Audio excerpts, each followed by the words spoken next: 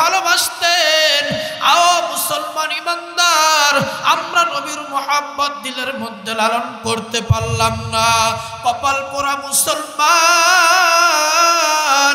নবীর একজন জলিলুল কদর সাহাবী হযরত বেলাল রাদিয়াল্লাহু তাআলা আনহু, মায়ের নবী আমার দুনিয়া থেকে বিদায় হওয়ার পর হযরত বেলাল রাদিয়াল্লাহু তাআলা আনহু খলিফাতুল মুসলিমিন হযরত আবু বকর রাদিয়াল্লাহু তাআলা আনহুর কাছে যা বলে, ও ভাই আবু বকর, আমার মদিনায় থাকতে বড় কষ্ট হয়, আমার মদিনায় থাকতে বড় কষ্ট হয়। ও ভাই আবু বকর, আমি আর মদিনায় থাকতে চাই না, আমি আর মদিনায় থাকতে চাই না। আবু বকর রাদিয়াল্লাহু তাআলা আনহু বেলালকে ডেকে বলে, রে বেলাল, বলো বলো কেন তুমি মদিনায় থাকতে পারবা না? হযরত বেলাল রাদিয়াল্লাহু তাআলা আনহু বলে, ও ভাই আবু বকর, মায়ার নবী আমার যখন দুনিয়ায় থাকতো আমি মায়ার নবীর সঙ্গে পথ চলতাম, রাস্তা চলতাম, কিন্তু আজকে আমাকে বড় শূন্য শূন্য লাগে ভাই আবু বকর। আমি যত রাস্তা দিয়ে চলি আমাকে একা একা লাগে, আমি একা একা চলতে পারি না, আমাকে বড় শূন্য শূন্য লাগে। মায়ার নবীর সঙ্গে যখন আমি রাস্তায় চলতাম আমি পয়গম্বরের রাস্তাগুলো পরিষ্কার করে দিতাম, আমার মায়ার নবীর চলতে যেন কষ্ট না হয়, কষ্ট না হয়। এক পর্যায়ে হযরত বেলাল রাদিয়াল্লাহু তাআলা আনহু দামেস্কে চলে যায়। বেলাল আর থাকতে পারে না, থাকতে পারে না। একদিন যায়, দুই দিন যায়, তিন দিন যায়, এক মাস যায়, 2 মাস যায়, 6 মাস যাওয়ার পরে একদিন রাতের বেলা, একদিন রাতের বেলা হঠাৎ করে স্বপ্নের মাধ্যমে হযরত বেলাল রাদিয়াল্লাহু তাআলা আনহু দেখে মায়ার নবী আমার বেলালের স্বপ্নে দেখায়, রে বেলাল, সবাই আমার রওজার পাশে এসে দাঁড়ায়, সবাই আমার রওজার পাশে এসে আমাকে সালাম জানায়, কিন্তু বেলাল তোমাকে কেন দেখি না, তোমাকে কেন দেখি না? হযরত বেলাল রাদিয়াল্লাহু তাআলা আনহুর ঘুমটা ভেঙে যায়। এক পর্যায়ে বেলাল রাদিয়াল্লাহু তাআলা আনহুর ঘুমটা ভেঙে যায়। বেলাল আর ঠিক থাকতে পারে না, ঠিক থাকতে পারে না। ও মুসলমান ইমানদার, মায়ার নবীর কেমন মহব্বত ভালোবাসা অন্তরের মধ্যে থাকলে মায়ার নবী আমার স্বপ্নের মাধ্যমে বেলালের কাছে এসে জানাই, বেলাল তুমি কেন আমার রওজার পাশে আসো না? সাহাবায়ে কেরামের প্রেম মহব্বত ভালোবাসা নবীর প্রতি এমন ছিল রে মুসলমান। হযরত বেলাল রাদিয়াল্লাহু তাআলা আনহু কালেমা গ্রহণ করার পর একদিন কাজ করে আর বেলালের জবানটা জানলো রে, বেলালের জবানটা লড়ে। উমাই ইবনে খালফের বাড়ির গোলাম উমাই ইবনে খালফ লক্ষ্য করে দেখে বেলাল কাজ করতেছে, কিন্তু বেলালের জবানটা জানলো রে, বেলালের জবানটা জানলো রে। হযরত বেলাল রাদিয়াল্লাহু তাআলা আনহুকে উমাই ইবনে খালফ ডেকে বলে, ও বেলাল, তুমি কাজ করতেছো, তোমার জবানটা কেন লড়ে? বেলাল রাদিয়াল্লাহু তাআলা আনহু উমাই ইবনে খালফকে ডেকে বলে, ও উমাই ইবনে খালফ, আমি আমার মালিকের নামের জিকির করি, আমি আমার মালিকের নামের জিকির করি। উমাই ইবনে খালফ বেলালকে ডেকে বলে, বেলাল, আমি তো তোমার মালিক, তুমি আবার আমার নামের কি জিকির করো, কি জিকির করো? মুসলমান ইমানদার, হযরত বেলাল রাদিয়াল্লাহু তাআলা আনহু উমাই ইবনে খালফকে ডেকে বলে, ও উমাই ইবনে খালফ, আমি তোমার নামের জিকির করি না, আমি ওই মালিকের নামের জিকির করি। ও উমাই ইবনে খালফ, যিনি তোমাকে সৃষ্টি করেছে, যিনি আমাকে সৃষ্টি করেছে, আমি ওই মালিকের নামের জিকির করি, আমি ওই মালিকের নামের জিকির করি।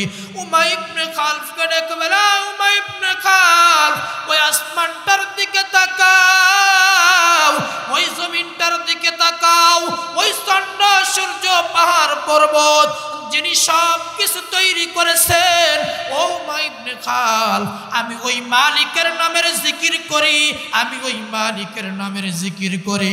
মুসলমান ইমানদার, এক পর্যায়ে উমাইয়া ইবনে খালফ রাগান্বিত হয়ে যায়। হযরত বেলালকে ডেকে বলে, বেলাল তুমি কি মুহাম্মাদের কাছে গিয়েছিলে?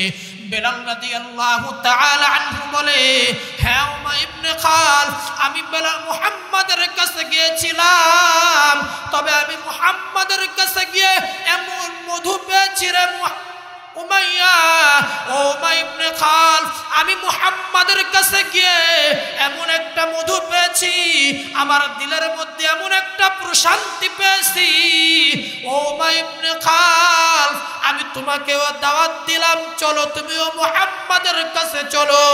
মুহাম্মাদের কাছে গেলে তোমার দিলে এমন একটা প্রশান্তি আসবে, তোমার দিলও অনেক শান্তি অনুভব করতে পারবা। হযরত বেলাল রাদিয়াল্লাহু তাআলা আনহু উমাইয়া ইবনে খালফকে দাওয়াত দিচ্ছে, ও উমাইয়া ইবনে খালফ, আমি কালেমা গ্রহণ করেছি, তোমাকেও কালেমা গ্রহণ করার জন্য দাওয়াত দিলাম, চলো তুমিও মুহাম্মাদের কাছে গিয়ে কালেমা গ্রহণ করে নাও। মুসলমান ইমানদার, উমাইয়া ইবনে খালফ বেলালের উপর রাগান্বিত হয়ে গেলেন। বেলালকে ডেকে বলে, বেলাল তুমি কার সামনে কি বলতেছো? তুমি কি একটু চিন্তা করে দেখছো? ও বেলাল, তুমি আমার বাড়ির গোলাম, তুমি গোলাম হইয়া তুমি আমার সামনে এমন কথা বলো? বেলাল, বেলাল সাবধান সাবধান, ও বেলাল তুমি আর একটা কথাও বলতে পারবা না। বেলাল তুমি মুহাম্মাদের কালেমা সারিয়া দাও, ও বেলাল তুমি মুহাম্মাদের কালেমা সারিয়া দাও। আর যদি বেলাল তুমি মুহাম্মাদের কালেমা ছেড়ে না দাও, বেলাল তোমাকে অনেক শাস্তি অনুভব করতে হবে।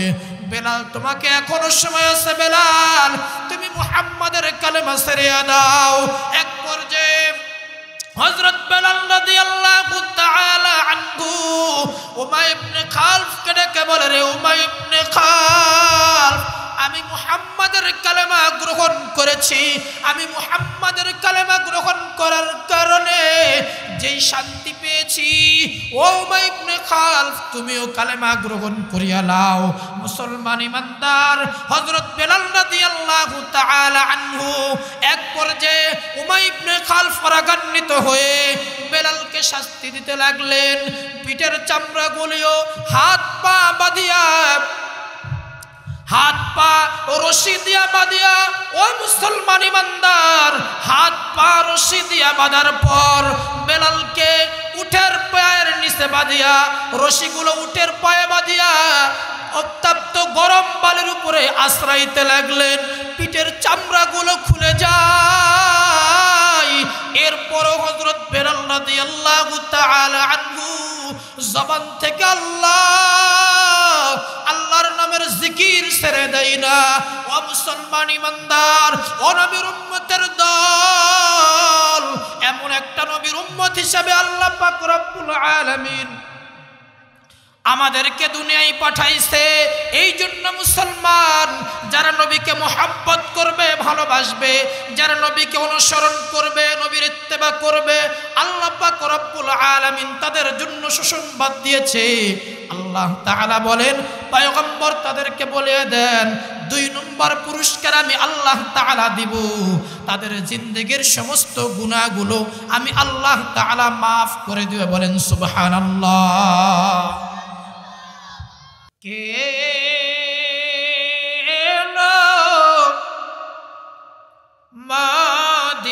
মদিনায় রাসূল নামে,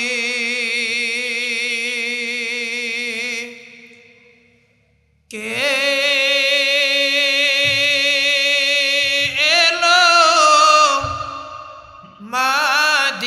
মদিনায় রাসূল নামে, ওরে আকাশের ওই চন্দ্র কে রে, ওরে আকাশের ওই চন্দ্র কে রে, ও কে আনলো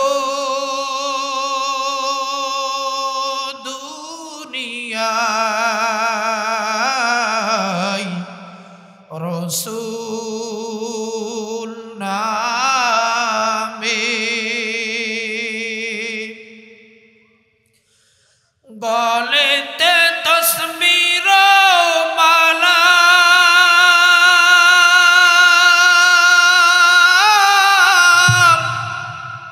কে চলে ওই কামলিওয়ালা রে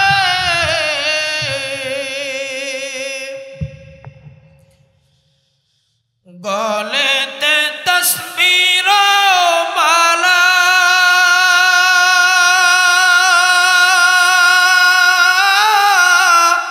কে চলে ওই কামলিওয়ালা রে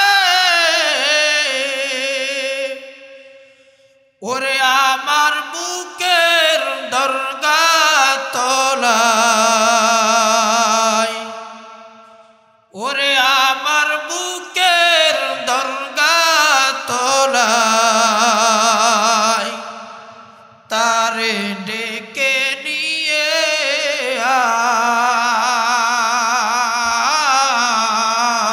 আয় রসূল নামে কে এলো মদিনায় রসূল নামে আমি দেখি নাই শুনি নাই কোথাও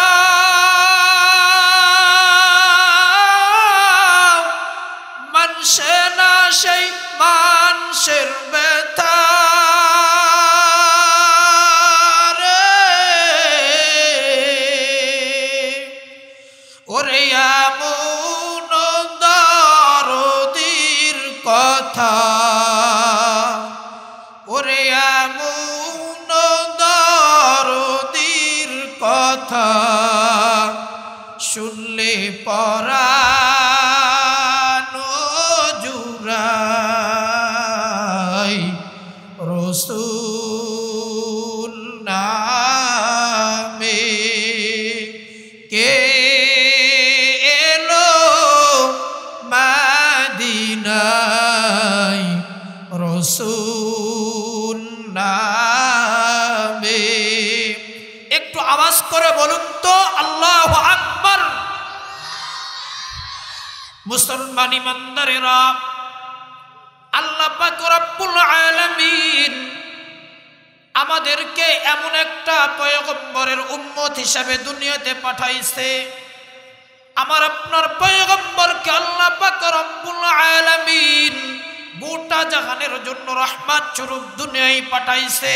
ও নবীর উম্মতের দল, আমার নবী মাসের জন্য রহমত, আমার নবী গাছের জন্য রহমত, আমার নবী চন্দ্র সূর্যের জন্য রহমত, আমার নবী পাহাড় পর্বতের জন্য রহমত। ও নবীর উম্মতের দল, আমরা আমাদের দু চোখ দিয়ে যা কিছু দেখি সব কিছুর জন্য আমার আপনার পয়গম্বরকে আল্লাহ পাক রব্বুল আলামিন রহমত স্বরূপ দুনিয়ায় পাঠাইছে। ও মুসলমান ইমানদার, আমার আপনার পয়গম্বর কেমন পয়গম্বর রে মুসলমান? মানুষ দুনিয়াতে আসার পর মানুষের সম্মান ইজ্জত আল্লাহ পাক রব্বুল আলামিন, এ মানুষ যখন আস্তে আস্তে বড় হয় মানুষের ইজ্জত সম্মান আস্তে আস্তে বাড়তে থাকে।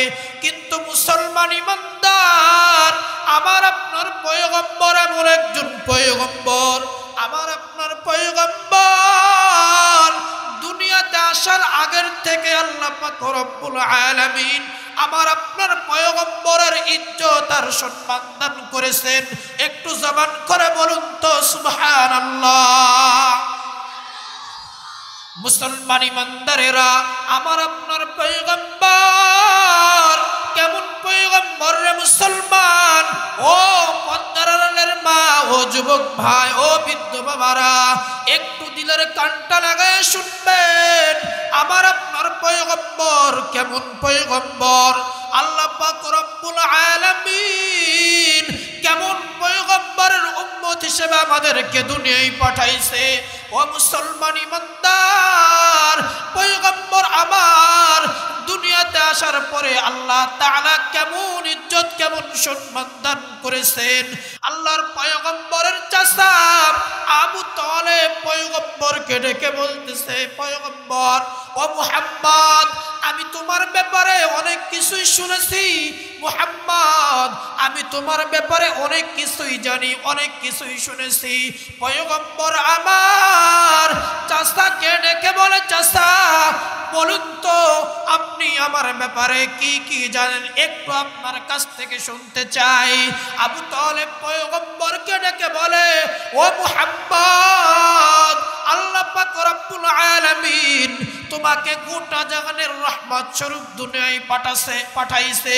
মুহাম্মদ, এই এলাকার মানুষগুলো পানির বড় কষ্ট, এলাকার মানুষের পানির বড় কষ্ট।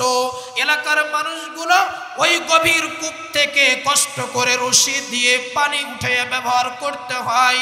কিন্তু মুহাম্মদ, তোমার মা যখন কূপ থেকে পানি আনতে যাইতো, ও মুহাম্মদ, তোমার মা যখন ওই কূপ থেকে পানি নেওয়ার জন্য যাইতো, এলাকার মহিলাগুলো অপেক্ষা করত, আমেনা কখন জানি কূপে পানি নিয়ে নেওয়ার জন্য আসবে, আমেনা কখন জানি এই কূপ থেকে পানি নেওয়ার জন্য আসবে। কেন মুহাম্মদ জানো, তোমার মা এমন একজন মা, ও মুহাম্মদ, যখন থেকে তুমি তোমার মার পেটে এসেছো, মুহাম্মদ, তোমার মা বলে এলাকার মানুষগুলো কষ্ট করে রশি দিয়া পানি গভীর কূপ থেকে পানি উঠাইয়া ব্যবহার করত। তোমার মা যখন পানি নেওয়ার জন্য ওই কূপের মুখে যাইতো, গভীর থেকে পানিগুলো এসে কূপের মুখে ধরা দিত। আমেনা যেন পানি গভীর থেকে পানি আনতে যেন উঠাইতে যেন কষ্ট না হয়। আওয়াজ করে বলুন তো সুবহানাল্লাহ। কিন্তু মুসলমান ইমানদার, আমরা কপাল পুরা মুসলমান, আমরা আমাদের নবীকে চিনলাম না, আমরা নবীর মুহাব্বত বুঝলাম না, ওই নবীর মুহাব্বত আমরা অন্তর লালন করতে পারলাম না। আল্লাহ পাক রব্বুল আলামিন বলে, পয়গম্বর, ও পয়গম্বর, আপনি আপনার উম্মতদেরকে ঘোষণা দিয়ে দিন, তারা যদি আপনাকে মুহাব্বত করে, আপনাকে অনুসরণ করে, ও পয়গম্বর, তারা যদি আপনার ইত্তেবা করে, আমি আল্লাহ পাক রব্বুল আলামিন তাদেরকে দুইটা পুরস্কার দিব। পয়গম্বর তাদেরকে জানাইয়া দেন, ওই উম্মতদেরকে ঘোষণা দিয়ে দেন, তারা যেন আপনার ইত্তেবা করে, আপনাকে মুহাব্বত করে ভালোবাসে। পয়গম্বর তাদের জন্য দুইটা পুরস্কার। এক নম্বর পুরস্কার, আমি আল্লাহ পাক রব্বুল আলামিন, পয়গম্বর আপনাকে যারা মুহাব্বত করবে ভালোবাসবে, ও পয়গম্বর আমি আল্লাহ তাদেরকে মুহাব্বত করব ভালোবাসবো। আওয়াজ করে বলুন তো সুবহানাল্লাহ। আল্লাহ তাআলা যদি কাউকে মুহাব্বত করে ভালোবাসে, এ মুসলমান, আল্লাহ তাআলা যদি কাউকে মুহাব্বত করে, আল্লাহ যদি কারো হয়ে যায়, আল্লাহ তাআলা যদি কারো হয়ে যায়, বলুন তো তার জন্য জান্নাত দূরে নাকি কাছে? কিন্তু কপাল পরে মুসলমান, আমরা নবীকে মুহাব্বত করতে পারলাম না, আমরা নবীকে চিনলাম না, নবীর মুহাব্বত অন্তরে লালন করলাম না। ও মুসলমান ইমানদার, একটু সাহাবায়ে কেরামের দিকে তাকাও। ওই সাহাবায়ে কেরাম যদি নবীর ইত্তেবা না করত, নবীকে অনুসরণ না করত, নবীর মুহাব্বত দিলের মধ্যে লালন না করত, নবীর হাতে কালেমা পয়রা যদি তারা মুসলমান না হইতো, যেই সাহাবায়ে কেরাম মৃত্যুবরণ করলেই জাহান্নাম ছাড়া কোনো উপায় থাকতো না মুসলমান। কিন্তু সাহাবায়ে কেরাম নবীকে মুহাব্বত করার কারণে, নবীর হাতে কালেমা গ্রহণ করার কারণে, নবীর মুহাব্বত অন্তরে লালন করার কারণে আল্লাহ পাক রব্বুল আলামিন তাদের কেমন ইজ্জত কেমন সম্মান দান করলেন। আল্লাহ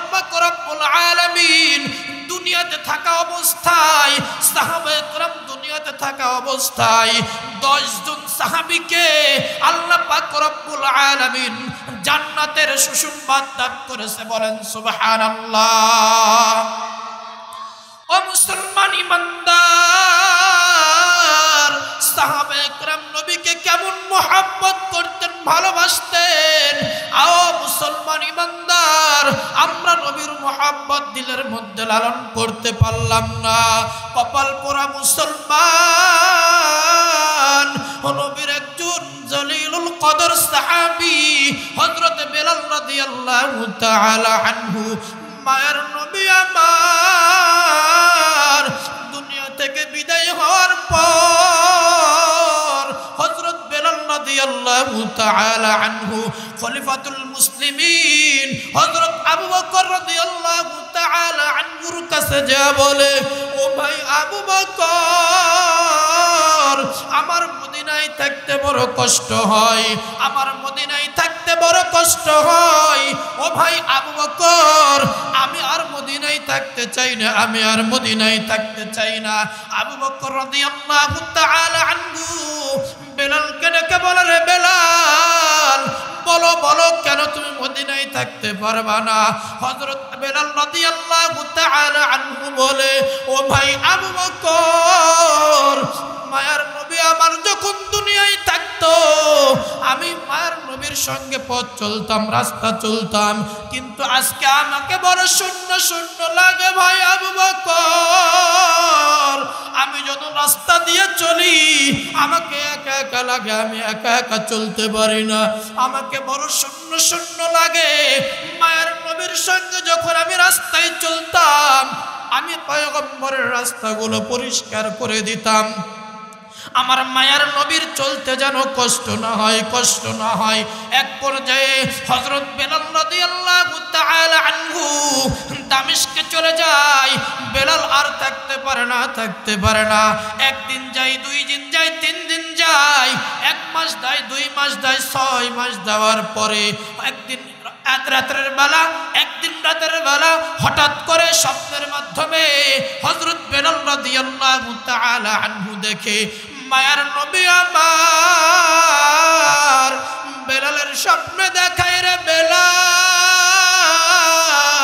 সবাই আমার রওজার পাশে এসে দাঁড়ায়, সবাই আমার রওজার পাশে এসে আমাকে সালাম জানায়, কিন্তু বেলাল তোমাকে কেন দেখি না, তোমাকে কেন দেখি না?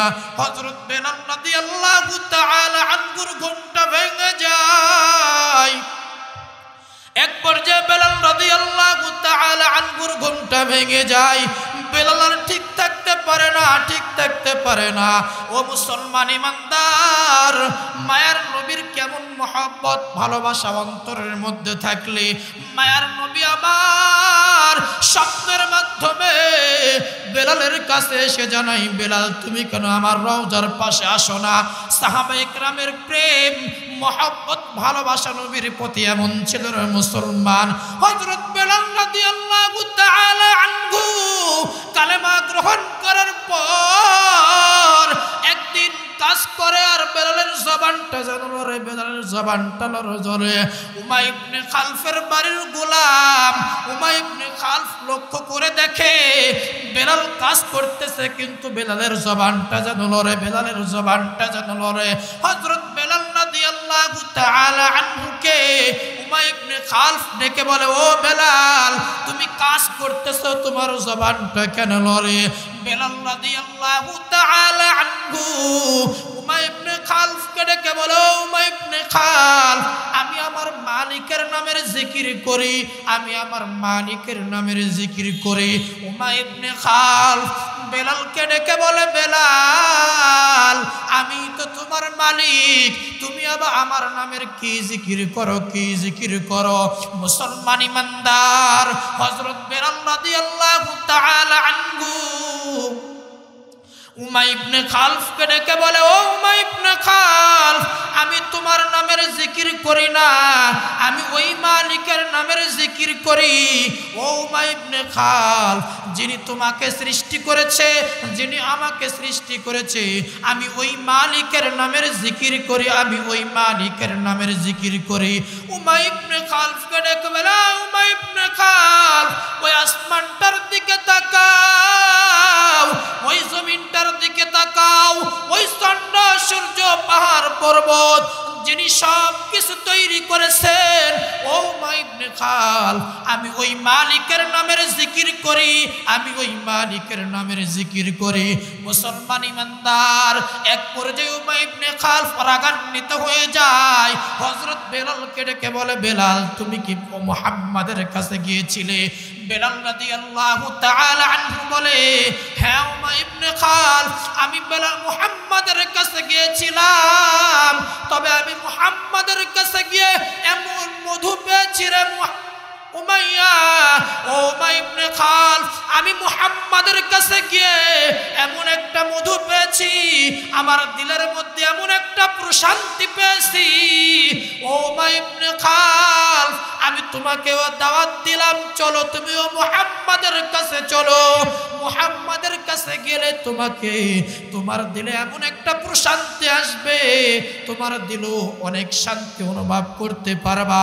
হযরত বেলাল রাদিয়াল্লাহু তাআলা আনহু উমাইয়া ইবনে খালফকে দাওয়াত দিচ্ছে, ও উমাইয়া ইবনে খালফ, আমি কালেমা গ্রহণ করেছি, তোমাকেও কালেমা গ্রহণ করার জন্য দাওয়াত দিলাম, চলো তুমিও মুহাম্মাদের কাছে গিয়ে কালেমা গ্রহণ করে নাও। মুসলমান ইমানদার, উমাইয়া ইবনে খালফ বেলালের উপর রাগান্বিত হয়ে গেলেন।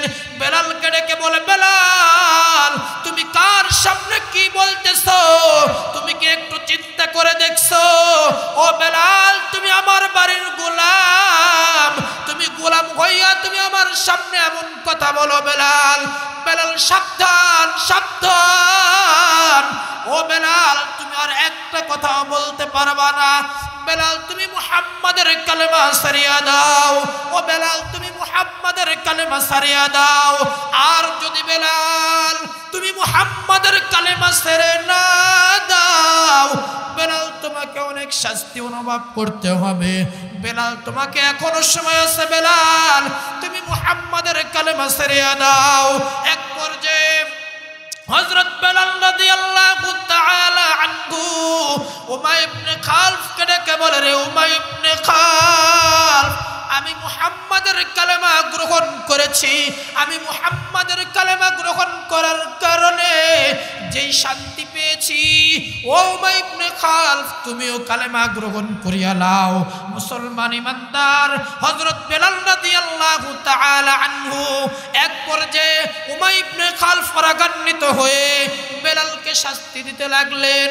পিঠের চামড়াগুলিও হাত পা বাঁধিয়া, হাত পা রশি দিয়া বাঁধিয়া, ও মুসলমান ইমানদার, হাত পা রশি দিয়া বাঁধার পর বেলালকে উটের পায়ের নিচে বাঁধিয়া, রশিগুলো উটের পায়ে বাঁধিয়া উত্তপ্ত গরম বালির উপরে আশ্রাইতে লাগলেন। পিঠের চামড়াগুলো খুলে যায়।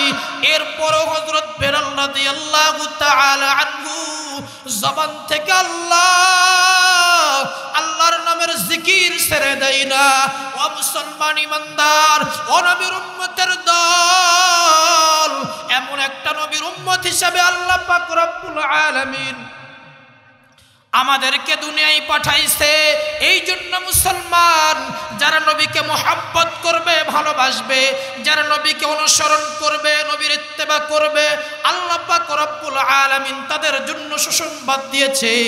আল্লাহ তাআলা বলেন, পয়গম্বর তাদেরকে বলে দেন, 2 নম্বর পুরস্কার আমি আল্লাহ তাআলা দিব, তাদের জিন্দেগীর সমস্ত গুনাহগুলো আমি আল্লাহ তাআলা মাফ করে দিব। বলেন সুবহানাল্লাহ।